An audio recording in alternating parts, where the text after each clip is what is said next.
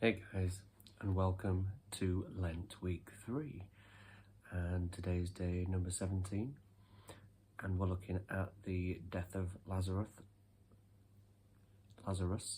from John chapter 11, verses 1 to 16. There was a man in Bethany named Lazarus, and he became ill. Bethany was the village of Mary and her sister Martha. This was the Mary who anointed the Lord with myrrh and wiped his feet with her hair. Lazarus, who was ill, was her brother. So the sisters sent messages to Jesus. Master, they said, the man you love is ill. When Jesus got the message, he said, this illness won't lead to death. It's all about the glory of God. The Son of God will be glorified through it. Now Jesus loved Martha and his sister and Lazarus.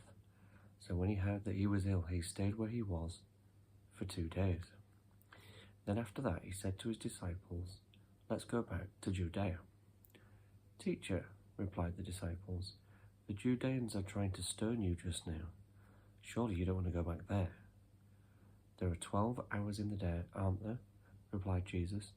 If you walk in the day, you won't trip up, because you'll see the light of this world. But if anyone walks in the night, they will trip up, because there is no light in them. When he had said this, Jesus added, our friend Lazarus has fallen asleep, but I am going to wake him up. Master, replied the disciples, if he's asleep, he'll be all right. They thought he was referring to ordinary sleep, but Jesus had in fact been speaking of his death. Then Jesus spoke to them plainly. Lazarus, he said, is dead. Actually, I'm glad I wasn't there. For your sakes, it will help your faith. But let's go to him. Thomas, whose name was the twin, addressed the other disciples. Let's go too, he said. We may as well die with him. Why didn't they do something?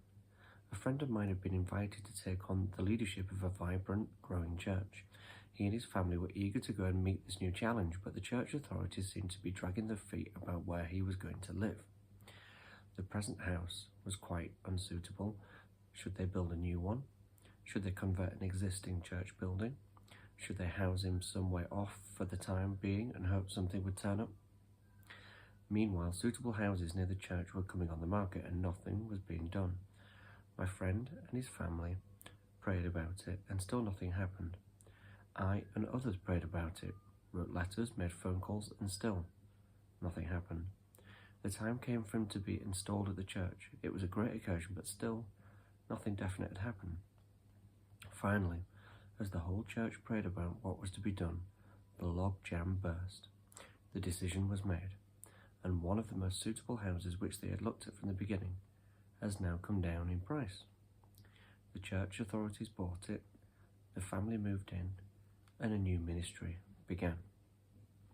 But I shan't forget the months of frustration during which it seemed as though nothing was happening. It seems as though God was ignoring our prayers for the proper solution. We all got tired of it, perhaps became irritable and wondered if we'd made some mistake somewhere. And I know that there are many stories like that which don't have a happy ending at all, or not yet. In many ways, the story of the world is like that. We pray for justice and peace, for prosperity and harmony between nations and races, and still, it hasn't happened. God doesn't play games with us. Of that I am quite sure, and yet his ways are not our ways. His timing is not our timing. One of the most striking reminders of this in verse 6 of the present passage. When Jesus got the message from the two sisters, the cry for help, the emergency come quickly appeal, he stayed where he was for 2 days. He didn't even mention it to the disciples. He didn't make preparations to go. He didn't send messages back to say we're on our way. He just stayed there, and Mary and Martha in Bethany watched their beloved die. What was Jesus doing? From the rest of the story, I think we can tell. He was praying. He was wrestling with the Father's will. The disciples were right. The Judeans had been wanting to stone him, and surely he wouldn't think of going back just yet. Bethany was in a small town just 2 miles or so from Jerusalem, on the eastern slopes of the Mount of Olives. Once you're there, you're within easy reach of the holy city. and who knew what would happen this time? It's important to realize that this wonderful story about Lazarus, one of the most powerful and moving in the whole Bible, is not just about Lazarus. It's also about Jesus. The chapter begins with the disciples warning Jesus not to go back to Judea. It ends with the high priest declaring that one man must die for the people.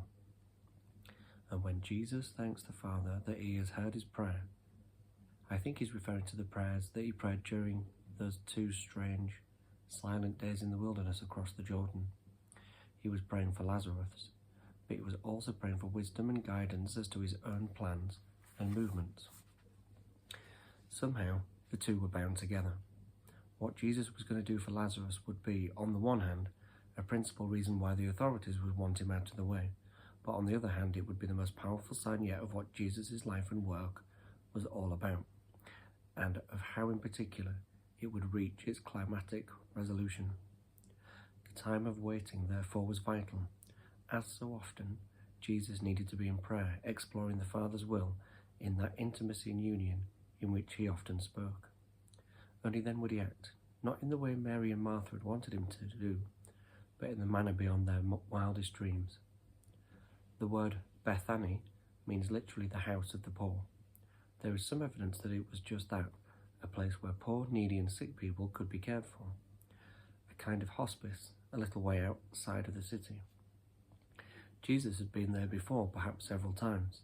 He may have had a special affection for the place, and it for him, as he demonstrated again and again his own care for those in need, and assured them of the promise of the kingdom in which the poor would celebrate and the sick could be healed. John points us on, in verse 2, to the moment which he will later describe, when Mary poured expensive perfume on Jesus' feet and provoked a fuss about why it hadn't been given to the poor. Extravagance doesn't go down well in a poor house. But this story is all about the ways in which Jesus surprises people and overturns their expectations. He didn't go when the sisters asked him. He did eventually go, although the disciples warned him not to. He spoke about sleep, meaning death, and the disciples thought he meant ordinary sleep. And in the middle, he told them in a strange little saying that people who walk in the daytime don't trip up, but people who walk around in darkness do. What did he mean? He seems to have meant that the only way to know where you are going is to follow him. If you try to steer your course by your own understanding, you'll trip up, because you'll be in the dark.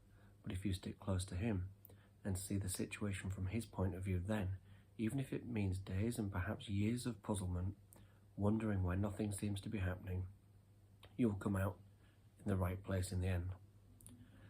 The end of the passage introduces us to one of John's great minor characters.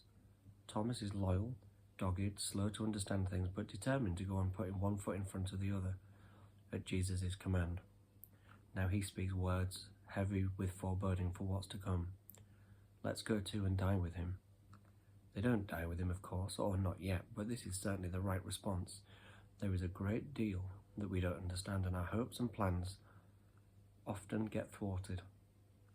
But if we go with Jesus, even if it's into the jaws of death, we will be walking in the light, whereas if we press ahead arrogantly with our own plans and ambitions, we are bound to trip up.